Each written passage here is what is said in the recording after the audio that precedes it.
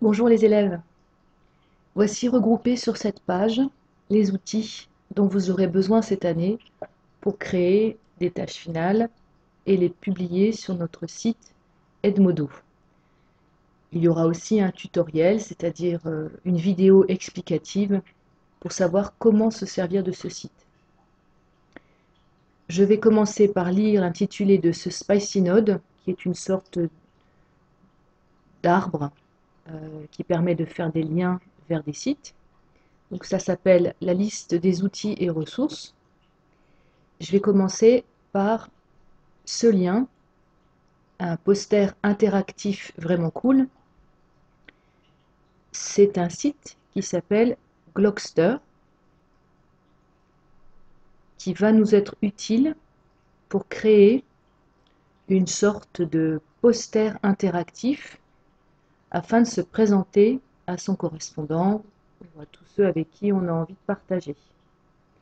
C'est assez simple à utiliser, néanmoins des qualités artistiques sont un peu nécessaires pour rendre ce Glogster attractif.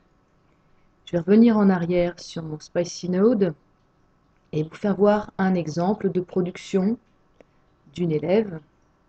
Donc là, je clique sur le lien. Je vois qu'il y a une autre petite fenêtre qui s'ouvre, exemple numéro 1. Je clique et comme à chaque fois, je dois de nouveau cliquer sur Go to Page. Voilà, j'ai cliqué et cet élève, comme vous allez le faire, se présente à l'aide de sigles, de petites images. Et ce qui est intéressant dans Glogster, c'est qu'en cliquant sur des photos, on va pouvoir avoir une vision agrandie,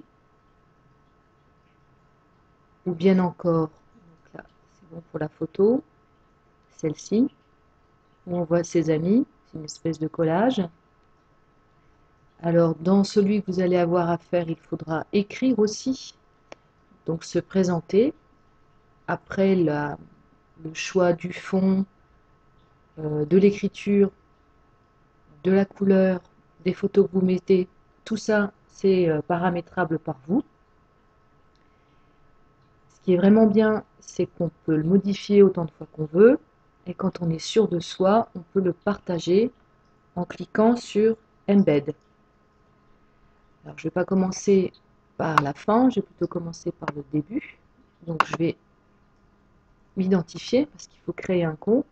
Donc vous, la première fois que vous viendrez faire votre poster, vous cliquerez sur l'onglet, ça c'est un onglet qui s'appelle Sign Up. Vous aurez le choix entre créer un nouveau compte grâce à Glogster ou bien aller plus vite, se connecter à Facebook et compléter rapidement les informations qui vous sont données. Toujours bien lire les instructions qui vous sont données. Je vous conseille en début d'année de créer une adresse gratuite sous Gmail, la Poste, Yahoo, tout ce que vous aimez, Hotmail, ce que vous aimez, qui ne servira qu'à vos travaux scolaires. Ce qui sera intéressant, c'est de choisir une adresse simple à retenir, prénom.nom ou première lettre de votre prénom.nom. En plus, vous pourrez vous en servir pour votre correspondance ensuite. Moi, j'ai déjà un compte, donc je vais cliquer sur Login. Donc mon username, c'est le teacher.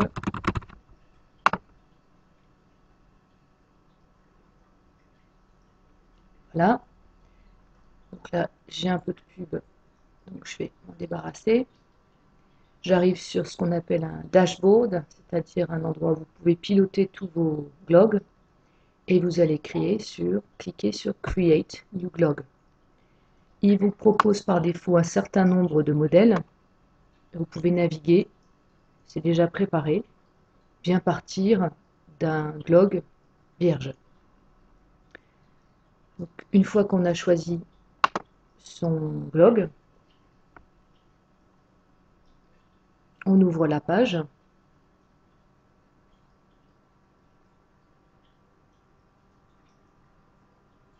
Et en cliquant, nous voilà donc sur la page de Glogster, où on peut évidemment bouger et personnaliser ce qu'on veut sur cette page. Donc peut-être ici modifier le texte, si on peut, c'est pas toujours possible. On va essayer.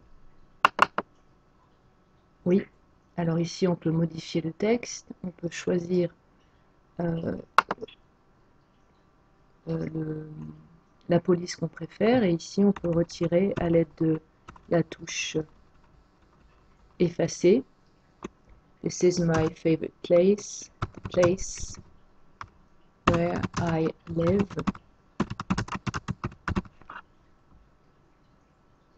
Ok. J'ai choisi par exemple celle-ci. Ok.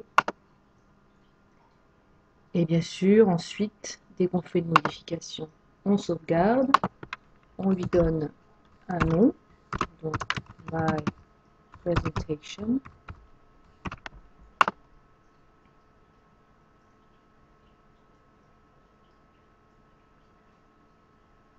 Ça peut prendre du temps parfois à sauvegarder.